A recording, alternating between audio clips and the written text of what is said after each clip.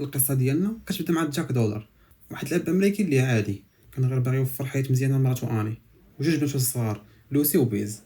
جاتو فرصه جيده مع شركه كبيره في واحد البلاد اسيويه. بالنسبه ليه هذه كانت فرصه باش يبدا من جديد ويامن المستقبل ديال العائله ديالو.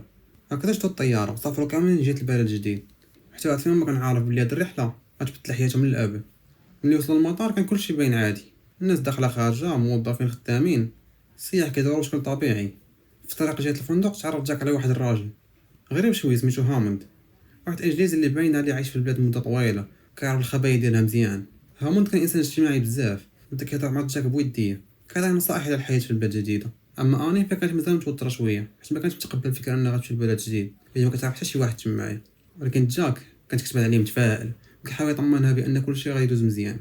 في الفندق العائله بدات كتستقر شويه، البنات كانوا فرحانين كيحاولوا يكتشفوا المكان الجديد. اما جاك بدا كيفكر في الخدمه الجديده ديالو اللي غادي يبداها الغد ليه. في العشيه بطل الفندق تلاقى مره اخرى مع هاموند اللي كان كيشرب شي كويسات.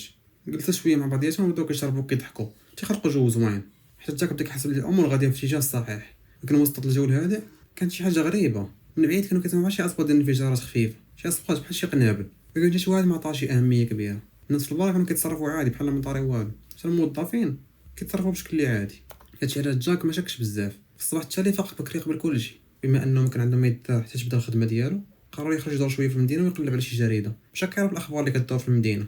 لكن من اول ما خرج من الفندق بدا كيحس بلي الجو تبدل. المدينه كانت هادئه البارح واليوم ولات متوتره بشكل غريب. المحلات بدات كتسد بالزربه والناس كيتحركوا بعصبيه، الوجه اللي كيشوفو كيبان عليه مخلوع. جاك باخر كيشوف مستغرب ما فهم والو. كل ما تقدم اكثر في الشارع كل ما حس بلي شي حاجه كبيره غادي توقع. وصل للكار اللي كيتباعوا فيه الجرائم، تما عشرات الناس كيتجمعوا، كل واحد فيهم اللي هاز الحجار اللي هاز العصي وهازين السيوف كاع. في الجهه الاخرى البوليس تما مدرعين ومستعدين باش يتحاربوا معاهم. فجاه كتسمع اول طلقه ديال الرصاص، جاك تلفت بسرعه. من بعد ثانيه وحده سمع طلقات اخرين عاوتاني، تمايا كترون ديال بصح. الشارع كامل كيتحول لفوضى، الناس كيجريو وكيغوتوا في وسط الرعب. الشرطه حاولت تدخل لكن الثوار كانوا مستعدين حتى هما، ما كانوش ساهلين. في ثواني بداو رجال الامن كيطيحوا فيهم واحد بواحد. جاك كيتجمد في بلاصتو ما قدرش يستوعب شنو واقع قدام عينيه. ولكن ملي شاف واحد البوليس يتشكل قدامه فهم هادي ماشي مظاهره ولا احتجاجات، هذا انقلاب حقيقي ما بين الشعب والبوليس. بلا ما يضيع الوقت بدا كيجري باقصى سرعه ديالو جهه الفندق. في الطريق كان كيشوف مشاهد اكثر رعب من داكشي اللي داز. الجوجات غير كتشيروا في الزنقه، محلات مهرسه ومسلحين كيسيطروا على الطرق. اخيرا وصلوا للفندق وهو كيلهش من كثره الخوف. طلع بسرعه عند مراته وبناته، بدا كيشرح لهم بلي خصهم يبقاو وسط الفندق وما يخرجوش. اول ما يستوعبوا شنو واقع لاحظ شي حاجه خطيره من الشرجم. شافوا مجموعه من الثوار شادين واحد اجنبي في الشارع. الراجل اللي كان كيترجاهم كيطلب فيهم الله يرحم لكم الوالدين ما تقتلونيش، لكن بلا اي رحمه قتلوه قدام الناس كاملين باش يبقى عبره. هنا جا كيفهم واحد الحقيقه بان الثوار ماشي غير كيقاتلوا الحكومه، كيقلبوا على الاجانب بالخصوص. اي واحد ماشي من البلاد غيتقتل مباشره. هادشي كيعني انهم كيقصدوا هو مراته وحتى بناته الصغار. دابا راهم ولاو كاملين اهداف. في وسط الصدمه وقعت كارثه كثار. لوسي البنت الكبيره ما بقاتش في الغرفه، خرجت تمشي للبيسين باش تعوم. تما جاك ولا لي لما في ركابي بلا ما يفكر كيخرج كيجري بالزربه وسط الممرات كيقلب عليها وسط الفندق. والفندق تا هو كان كامل غارق في الرعب. الناس كيهربوا والناس كيجريو، اللي كيغوت والموظفين ما عارفين شنو يديروا. من بعد بحث طويل قدر اخيرا يلقى يرجع عند العائله ديالها. في هاد اللحظه بالضبط سمع غوات جايه من التحت. الثوار صافي دخلوا الفندق وبداو كيدخلوا من الباب الرئيسي، طابق بطابق، غرفه بغرفه، كيقلبوا على اي اجنبي يلقاوه. تما جاك عرف بلي ما بقاش عندهم الوقت لان الموت دابا طالع عندهم برجليه. المتمردين وصلوا للطابق اللي فيه جاك والعائله ديالو، ما بقى حتى مجال باش يتخباو اكثر. اصوات الطلقات كانت كتسمع في الغرف المجاوره، وكل دقيقه كيدخلوا لشي غرفه جديده كيصفيو الناس اللي فيها كاملين. جاك بدا كيشوف الموت كيقرب خطوه بخطوه، وعرف ان الا بقاو غير دقيقه زايده النهايه ديالهم غادي تكون بحال باقي النزلاء. كيحل الباب بشويه وكيطل برا، وكيشوف واحد السائح كيجري كيطلب الرحمه، لكن قبل ما يقدر حتى يوصل للسلالم المتمردين كيتيروا عليه بالقرطاس قدام عينيه. هاد المنظر خلى جاك يعرف ان الهروب من الممرات مستحيل. في وسط الفوضى كامله كيعاود يتلاقى بهاموند اللي تيقول ليه بكل هدوء طلع للسطح راه ممكن تلقى تما فرصه للنجاه. ما كانش عندهم شي حل واحد اخر، فكيشد جاك بمراته وبناته وكيسلقوا الدرج بسرعه حتى كيوصلوا للسطح. فوق السطح كانوا عشرات الاجانب وموظفين الفندق متجمعين، وكل واحد كيتسنى شي معجزه. البعض كيهضر على ان رئيس الوزراء مات، البعض الاخر ما فهم والو. فجاه كيجي واحد كيدار بالفرنسيه واني كترجم ليه كلامه. المتمردين ما باغينش يعتقلوا الاجانب، باغيين يقتلوهم كاملين لانهم كيعتبروهم السبب في المشاكل اللي وصلت لهم البلاد، خصوصا الشركات الاجنبيه اللي سيطرت على قطاع الماء. وقبل حتى ما يستوعبوا هذا الخبر كيسمعوا صوت هليكوبتر جاي من بعيد. الناس كاملين بداو كيهلوا كيغوتوا فرحانين وظنوا ان الانقاذ وصل اخيرا. لكن الفرحه كاع ما دامت ثواني كثيره. المتمردين في الهليكوبتر بداو كيطلقوا عليهم رصاص من كاع الجهات. شويه المروحيه ديال الهليكوبتر كتضرب في واحد الكاوا ديال الضو حتى كتطيح مع المبنى، من بعد كتفجر قدام عينيهم كاملين. دابا المتمردين اللي كانوا طالعين من تحت بقى لهم امتار قليله يوصلوا عليهم، بقى لهم والو يحلوا الباب، وسطح ولا مصيده حقيقيه. جاك بدا كيقلب بعينيه على اي مخرج، حتى لمح واحد البنيه اخرى قريبه عليهم. المسافه بيناتهم كانت مخيفه، ولكن ما كاين حتى شي اختيار واحد اخر. تقول لمراتو لاني صافي خصنا ننقزوا، هي كتشوف الفراغ اللي بيناتهم وكتجاوبو وهي مرعوبه، واش تا مكلخ راه غادي نموتوا. لكن جاك كيشير ليها وتيقول لها شوفي الباب راه ما بقى والو متمردين يوصلوا لينا. البقاء في هذه البلاصه هذه راه تعني الموت بعينيه، يعني كتشد نفسها وكتجري بكل القوه ديالها، كتقدر توصل للسطح الثاني. اما جاك كيتنفس شويه، اما الجزء الاصعب باقي مازال ما وصلش ليه. باقي ليه بداتو بجوجهم كاع ما تلاحوا. كيشد البنت الصغيره بيز اللي كانت كتبكي وما باغاش تفارق باباها، كيرميها للجهه الثانيه بكل القوه ديالو. اني كتشدها في الوقت المناسب. دابا كتبقى ليه لوسي اللي كانت خايفه اكثر من الجميع. جاك تحاول يهديها، ولكن الخوف كان سيطر عليها بالكامل. في الاخر كيحضنها مزيان، كيرميها حتى هي بكل القوه ديالو، ولكن لوسي كانت مازال شاده في بابا، ما بغاش تطلقو. هادشي اللي خلاها قريبه طيح وسط الفراغ. ثواني قليله كانت كافيه باش توقف القلوب ديالو. جاك كيقدر يشدها من جديد وكيجرها لعندو، من بعد كيحس بها بالصمطه ديالو وكيلوحها بكل القوه ديالو عند ماما. والحمد لله هاد المره كتقدر تشدها. اما جاك فكينقز هو الاخر وكيوصل في اخر لحظه. اما الراجل اللي كان معاهم راه ما كينقز جاك، كيتريو عليه المتمردين كيقتلوه في البلاصه. من بعد ما مشاو ما كانش عندهم وقت باش يرتاحوا. قائد المتمردين كان واقف في السطح المقابل وكيوري لجاك التصويره ديالو اللي كتعلق قدام الفندق، وتقول لي بانك انت هو الفريسه الجايه. من تما كيدويو ينزلوا بسرعه وسط البنايه الثانيه. الرصاص كان كيتبعهم من كل جهه، كيتخباو مؤقتا في واحد الدار، كيهرسوا الشجره وكيدخلوا لعندهم. ولكن جاك منين كيطلع من الشجره كيبان ليه بان واحد الدبابه جايه للجهه ديالو متجهه للمبنى ديالهم نيشان. كيحضر الناس اللي كاينين تمايا. قبل ما يكمل الهضره ديالو الدبابه كتطلق واحد القذيفه قويه كتزعزع المبنى كامل. الغبره عمرت العماره كامله، الزاج كله تهرس، العافيه شدات في الكتوبه. جاك كيحضر بيناتهم راسو وكيحاول يحميهم من الشظايا، بينما اني كتجرهم بصعوبه باش يبعدوا عن الانفجار. كيتخبى وسط المكاتب المهجوره، وجاك كيجر عندهم واحد الجثه ديال واحد الشخص باش هكا يزيدوا يخبيو راسهم كثر، حيت المتمردين كيقلبوا كاع البلايص. من بعد كيتكتشوا ما كيبقى يتسمع حتى شي صوت، كيبقى غير الخطوات ديال المتمردين كيقلبوا عليهم الطابق كامل. من بعد وقت طويل كيخرجوا بشويه من المخبأ ديالهم، كيبداو يفكروا فين يمشيو. جاك جاتو فكره، السفاره الامريكيه هي الحل الوحيد اللي بقى لهم، يمكن تكون اخر مكان نلقاو فيه الحمايه. الليل بدا كينزل على المدينه، ولكن الظلام ما قدرش يخبي الحجم ديال الكارثه. جاك والعائله ديالهم بقاو مخبيين حتى هدات الامور. من بعد بداو كيقلبوا على اي حاجه غادي تعاونهم باش يكملوا الطريق. انا لقيت خريطه قديمه ديال المدينه اللي كانوا فيها، تما جلسوا كاملين بداو يقلبوا فين كاين السفاره الامريكيه. بالنسبه لهم كانت هي اخر امل بقى.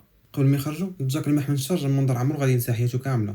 المتمردين كانوا كيجروا اسرى وسط الشارع، منهم رجال عيالات حتى شباب، كيقتلوهم قدام الناس بلا رحم بلا شفاق. مدينه شحال هادي كانت عامره بالحياه، اما دابا ولات بحال مدينه الاشباح، وكل زنقه فيها جوتات وسيارات محروقه.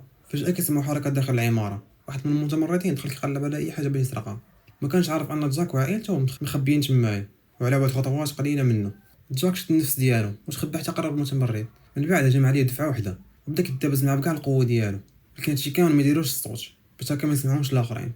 من بعد صراع صعيب جاك قدر يقضي عليه، لكن هذه كانت اول مره في حياته يضطر يقتل شي انسان. هادشي كلشي غير باش يحمي العائله ديالو. هاد اللحظه خلات الشخصيه ديالو تبدل بزاف. خوتنا باش ما يبانوش اجانب شنو داروا؟ خداو الحوايج ديال المتمرد والدراري اللي كانوا معاه ولبسوهم فوق الحوايج ديالهم. الفكره ما كانتش مثاليه، ولكن يمكن تعطيهم شويه الوقت باش هكا يصاوبوا شي دوريه ما يتحصلوش.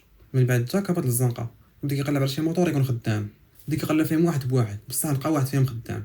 كيركبوا كاملين فوق الموطور وكينطلقوا وسط المدينه، وهما كيدوزوا في الزناقي. كان كل متر كيزيد كيبين لهم حجم الخراب اللي وصلت ليه المدينه، بنايات شعلي فيهم العافيه، المحلات مهرسه وجوجات مرميه في كاع البلايص بلا حتى واحد يقرب ليها. حتى بناتو اللي كانوا ديما كيسولوا على كل حاجه ولاو حتى هما ساكتين وملبدينها، مابقاوش كاع كيهضروا. من بعد شويه وصل واحد الساعه عامره بالمتمردين، تما كانوا كيحتفلوا بالانتصار ديالهم. ما بقى حتى شي طريق واحد اخر يقدر يدوزو منه من غير وسطهم. اني مسات لجاك قالت لي رد بالك الا عرفونا صافي راه هادي الاخر علينا. جاك هز راسو بكل ثقه ودا غادي وسط منهم بكل هدوء بحال واحد منهم، ولكن الزحام كان كثير. الموتور زلق وطاح بهم كاملين وسط الناس. تما قلب جاك انا يخرج من بلاصتو. واحد من المتمردين قرب ليهم وبقى كيشوف فيه ثواني طويله. هنا جاك قال صافي هذا راه حصلني، لكن خونا كان باغي غير يعاونو. صافي هز مع الموتور وخلاهم يدوزو بحالهم. هنايا خونا ما ضيعش الوقت، شعل الموتور من جديد وهرب باقصى سرعه. اخيرا وصلوا قدام السفاره الامريكيه، لكن راه اول ما شافوها خوتنا تصدموا ديال بصح. السفاره كانت مسدوده من كاع البلايص، كاع عامره بسلك حديديه وحواجز، حتى جندي ما كان تما كلهم ماتوا. تخيل معايا ما كاين حتى شي علامه ديال الانقاذ. الحمل الوحيد اللي كانوا متعلقين به حتى هو مات قدام عينيهم. وقبل ما يقدروا يستوعبوا الصدمه شافتهم مجموعه صغيره من المتمردين ودو تابعينهم حتى هما. جاك بغى يدور الموتور ولكن ما كان عارف فين يمشي. في اخر لحظه دخلوا جروا لواحد الحديقه ديال واحد المعبد كان قريب ليهم. تما كان تلقى واحد الراجل كبير بقاو كيطلبوا فيه الله يحفظك. وهادي الراجل الكبير شاف معاهم بنات صغار كيشفق عليهم كيدخلهم لعندو تيقول لهم ما ديروا حتى شي صوت ما تخرجوش حتى نقولها لكم. من بعد المتمردين كيدخلوا ديك البلاصه بداو كيقلبوا في كل زاويه من داك المعبد هما يدفعوا داك الراجل المسكين للارض باش يعترف لهم فين مخبيهم. جاك كان كيشوف كلشي من بين الاغصان حتى شاف واحد المتمرد يحط السلاح ديالو ومشى في الجهه اللي مخبيين فيها. حاول يبقى هادئ ولكن بالغلط كيهرس واحد الغصن تحت رجليه. الصوت كان خفيف ولكن كان كافي باش المتمرد يوقف ويدور بدا يقلب عليه. المتمرد وقف كيحاول يعرف منين جا الصوت. جاك عرف ان اي حركه غلطه غادي يديرها غتسالي حياته. حاول يبقى هادئ. قبل ما المتمرد يوصل ليهم اني خرجت من المخبأ ديالها وهي كتغوت باش تشد الانتباه ديالو وتبعدهم على البنات. جاك كيستغل هاد الثانيه هادي كينقز على السلاح بالزربه وكياخذ. ولكن ملي كيضغط على الزناد يكتشف ان السلاح راه خاوي ما فيه حتى شي قرطاسه. قبل ما يقدر يدير اي حاجه جا واحد متمرد اخر من اللور وبدا كيضرب فيه بلا رحمه بلا شفاقه. جاك حاول يقاوم بكل القوه ديالو ولكن العدد ديالو كان كبير بزاف. بالضربه طاح في الارض شدوه من شعرو وجرو قدام عيني مراته والبنات ديالو حتى هما معاه. القائد ديالو كيهدوه وهو كيتفرج عليهم. جاك حس بالذل والعجز لاول مره لانه ما بقى قادر يدير حتى شي حاجه قدام عائلته. شويه كيدخل واحد من المتمردين وجايب معاه بحال شي رهينه حاط ليه سلاح على راسو تيقول له زيد قدامي ولا نقتلك. خوتنا الاخرين تيقوه بداو ما جابو شويه تيبان لك هاموند وعشيرو اللي كان هز السلاح كيتيروا في المتمردين من كل الجوايه. تخيل ما يطيحهم كاملين بدقه واحده. كانت باين عليهم بانه هادشي متمرسين بزاف في ثواني قليله قدروا يقلبوا الموازين. المتمردين اللي كانوا محاصرين جاك والعائله ديالو طاحوا كاملين. اما جاك جرى مباشره عند اني حضنها بكل القوه ديالو. من بعد شاف بنات واش سالمين ولا لا. اخيرا تنفس من بعد ساعات من الرعب لكن هاموند ما خلاهمش يرتاحوا بزاف. قال لهم خصنا نمشيو دابا اي دقيقه غادي نزيدوها غادي يجيو التعزيزات. بداو كيجريو موراه وسط الزناقي بين الماكيني كاين موراهم كيرطع عليهم باش هكا ربح شويه د الوقت. وصلوا لدار صغيره فوق واحد السطح اللي واسع تما كان مخبأ مؤقت ديال هاموند وكيني. الاول مره منين بدا الانقلاب العائله قدرات تجلس شويه وترتاح. كاين حضر لهم شويه ديال الماكله. البنات بداو كياكلوا وهم فرحانين من بعد ما كانوا منهارين من الجوع والخوف. جاك بقى كيشوف في يديه بصمت ما قدرش ينسى بانه راه قتل الانسان لاول مره باش ينقذ العائله ديالو. كان عارف انه ما كانش عنده اختيار ولكن احساس بالذنب بقى ياكل فيه. هاموند جلس مع جاك واني بقى كيهضر معاهم شويه تما كيشرح عليهم الحقيقه. قال لهم هو كيشوف المدينه من فوق السطح الحدود الفيتناميه ما كاع بعيده بزاف من هنايا الا صوتوا لها يمكن لكم تطلبوا اللجوء. جاك شكر هاموند على المساعده ولكن بقى عنده سؤال محير شكون انت بالضبط. تما هاموند كيسكت واحد اللحظه من بعد بلاسهم باش يقول ليه خلينا نقولوا خدمت سنوات طويله في بلايص كما كيهضروا على الجرائم.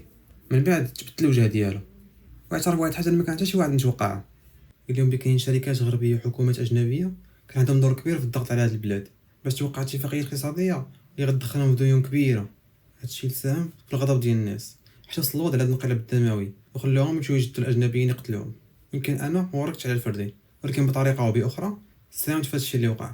داكشي علاش غادي نعاونكم حيت تخرجوا من هنايا حيت هادشي راه العاتق ديالي. الكلمه ديالو خلات جاك ساكت بقى ما يقول. اول مره فهم ان اللي كيشوف قدامه ماشي غير حرب اهليه ولكن هادشي نتيجه ديال صراعات ومصالح كبار كيخلصوها غير الناس البسطاء. قبل ما ينعسوا جاك جلس مع اني كيشوف بنات ناعسين بعد النهار عمرهم غادي ينساو حياتهم كامله. تيقول لها بصوت هادي سمحي لي ما كانش هادي الحياه اللي وعدتك بها. اني جدات يدو بتا سمعت رغم التعب اللي كان فيها. اني جدات يدو بتا سمعت رغم العيال اللي كان فيها. تقول لي المهم اننا بقينا مع بعضياتنا والباقي كامل غادي يدوز. الكلمات ديالها رجعت لي شويه امل ولكن هاد الراحه ما غاديش تدوم بزاف. جاك والعائله ديالو كيفيقوا على الصوت ديال القرطاس كانوا ما كيفهموا والو. هاموند وكيني بداو كيوجهوا فيهم باش يتخباو معاهم. من بعد كيقولوا لي نهبطوا في الدروج. هما غابطين في الدروج كيدوزوا مع دوك القناص اللي كيجريو عليهم حتى من بعيد. كيني كان هو اللي سابقهم كيحاول يكوفر عليهم باش ما تجيبهم حتى شي قرطاسه ولكن مسكين هو اللي كتجي في الدقه الاول تيموت في البلاصه. ولكن هاموند كينتقم ليه كيشير هذاك القناص كيجيب ليه في راسو نيشان كيتموا غاديين القناص داخلين عاوتاني كيبانوا. تما هاموند كيرد عليهم ويخليهم يقتلوا العائله لكن الحرام قدروا ينالوا منه تيولي قرطاسه في كرجو. لكن هادشي ما خلاش يستسلم بقى كيشير عليهم حتى هو يطيحهم كاملين. من بعد تبع العائله وهما غاديين في الطريق كانت واحد الشحنه كبيره جايه باش تقتلهم. تما هاموند قرر غادي يضحي بحياته بقى كيستنى الفرصه المناسبه حتى قرب باش عنده الشاحنه. من بعد كيضرب الشيفور ديالو دقه واحده على الراس كيطيحها في البلاصه. تما الشاحنه كتقلب هادشي اللي كيخلي امان الطريق لجاك والعائله ديالو. بينما هما كيدوزوا وسط الشوارع اللي كانت خاويه جاك لمح واحد القارب صغير مربوط في جنب النهر. جاك عرف بلي هذه الفرصه ديالهم الاخيره اللي بغاو يتناولوا الكابوس. تما كيقرب من الباطو حاول يقنعو باش يعطيه القارب، لكن الراجل ما كانش باغي يفرط فيه بسهوله.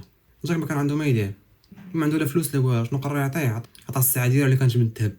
خونا بغا الصباط، قال لي صافي اخذ عطيني القارب اخويا.